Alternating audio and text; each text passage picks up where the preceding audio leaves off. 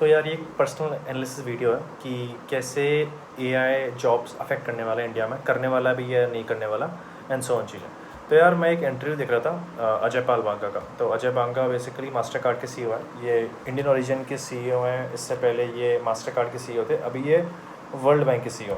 तो world bank basically पूरी दुनिया में एक ऐसे सारे देशों ने मिलके एक इंटर गवर्नमेंटल ट्रीटी करके एक बनाई हुई संस्थान है जो कि देश को टाइम टाइम पे हेल्प करता है, इन सो चीज़ें दुनिया भर का एनालिसिस करता है, पॉवर्टी, एम्प्लॉयमेंट एंड सो चीज़ें। ठीक है। तो अजय बांगा ने बोला कि देखो सिंपल चीज़ समझो, एआई जो है ये डेवलप्ड कंट्रीज़ के अंदर स्केल कर सकता है। रीज़न क्योंकि एआई के लिए तुम्हें बहुत सारा इंफ्रास्ट्रक्चर चाहिए होता है। बेसिकली तुम्हें डेटा सेंटर्स क्रिएट करने होते हैं जिसमें बहुत सारा पैसा लगता है। इनफैक्ट यूएस में $5 ट्रिलियन पोर किए गए to create AI data centres.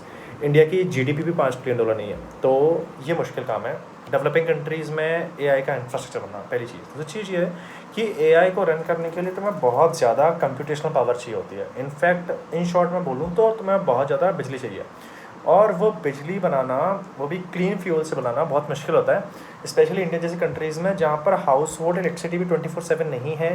We can't afford to give our electricity to AI machines and all.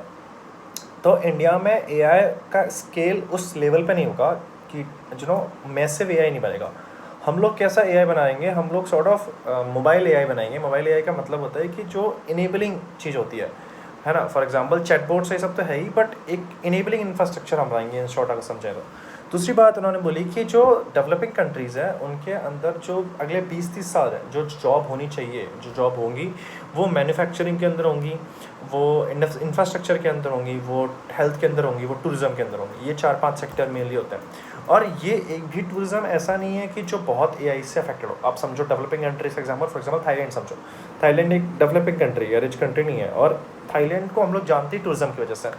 तो टूरिज़्म पे एआई कैसे फ़र्क डालेगा? मतलब आप कहो कि यार वो लोकल टूर गाइड के रोल को चेंज कर सकता है क्या?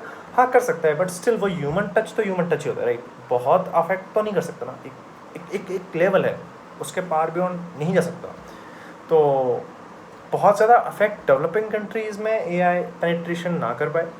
डेवलप कंट्रीज़ के लिए it's a threat on the job as well.